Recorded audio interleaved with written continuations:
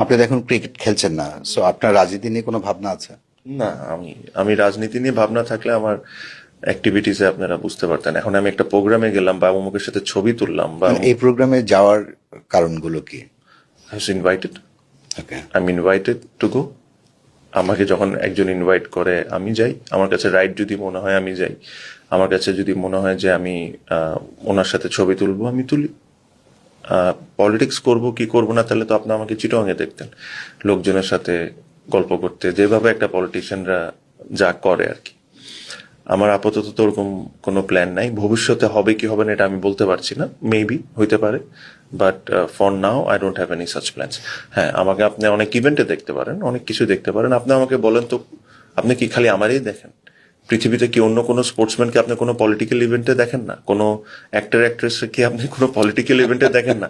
কোনো অ্যাক্টরের সাথে আপনি পৃথিবীর যে কোনো দেশের স্পোর্টসম্যান অ্যাক্টর অ্যাক্ট্রেসকে দেখেন, গভর্নমেন্ট অপোজিশন আরেকটা অপোজিশন সবার নেতাদের সাথে ছবি আছে, এটা আছে, আমারও আছে।